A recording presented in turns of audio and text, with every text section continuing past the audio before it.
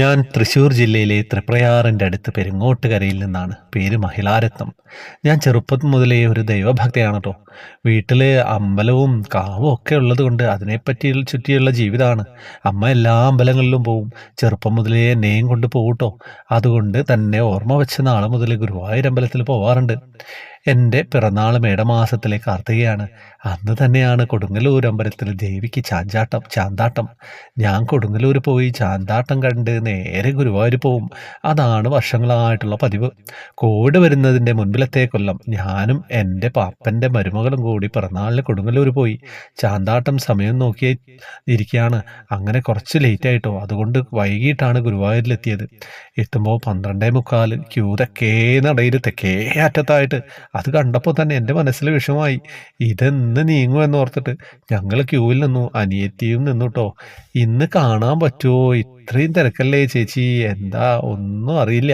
രണ്ടാളൊന്നും കഴിച്ചിട്ടില്ല. എനിക്കാണെങ്കിൽ ഡയബറ്റിക് ഉള്ളതാണ്. ഞാൻ ചായയും കാപ്പിയും കുടിക്കാറില്ല.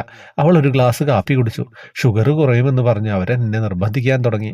ഞാൻ ഒന്ന് വാങ്ങിക്കോളൂ എന്ന് പറഞ്ഞ് കുടിച്ചുകൊണ്ടിരിക്കുമ്പോൾ ഞാൻ പടിഞ്ഞാറ് ഭാഗത്തേക്ക് നോക്കിയപ്പോൾ അവിടെ തറയിൽ ഒരു ആന നിന്ന് പട്ട നിന്നു ട്ടോ. എനിക്കാണെങ്കിൽ ആനയെ നല്ല പേടിയാണ്. ആ ആന ആ തറ ഇന്ന് അവിടെ ഇല്ല. അന്നപൂർണേശ്വരി ഹാളാണ്. ഞാൻ നോക്കുമ്പോൾ ആനച്ചെവിയും വാലും തുമ്പിയും ഒക്കെ ഇട്ട് അങ്ങനെ ഇളക്കിക്കൊണ്ട് ഇങ്ങനെ നിൽക്കുകയാണ്. മൊത്തത്തിലൊരു പന്തികേട്. ഞാൻ അനിയത്തിയോട് പറഞ്ഞു ട്ടോ, ആന വല്ലാതെ ഇളകുന്നത് പോലെ ഉണ്ടല്ലോ. അവൾ എന്നോട് പറഞ്ഞു, ചേച്ചി ആനയെ നോക്കണ്ട, അതിന് ജീവനുള്ളത് കൊണ്ടാണ് ആടുന്നത്, കിഴക്കോട്ട് നോക്കി നിൽക്കുക എന്ന് പറഞ്ഞു.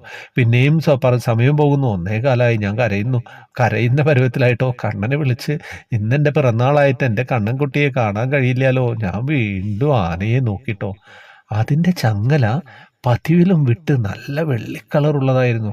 ഞാൻ നോക്കിക്കൊണ്ടിരിക്കുമ്പോൾ കാലിലെ ചങ്ങല ആരോ പിടിച്ചഴിക്കുന്നത് പോലെ ഞാൻ നന്നായി നോക്കിക്കൊണ്ടിരിക്കുകയാണ്. അപ്പോൾ ആ ചങ്ങല താഴേക്ക് വീണു.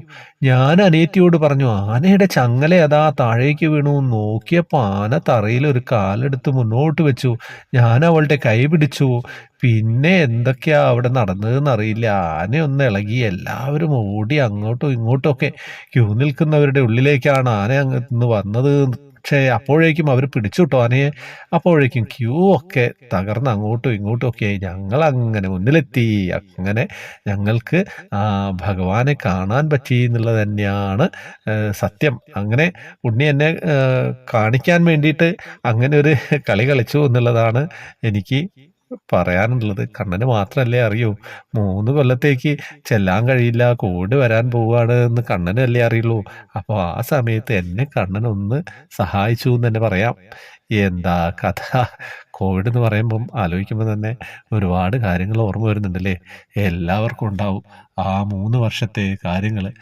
എന്താ ഒന്നും പറയാനില്ല. അനുഭവങ്ങൾ അങ്ങനെയാണ്. അങ്ങനെ വന്നുകൊണ്ടിരിക്കുകയാണ്. അപ്പോൾ വാട്സപ്പ് ഗ്രൂപ്പിൽ വരാം, ജോയിൻ ബട്ടണിലോട് വരിക. കുറേ സമ്മാനങ്ങളൊക്കെ നമ്മൾ കൊടുത്തിട്ടുണ്ട്.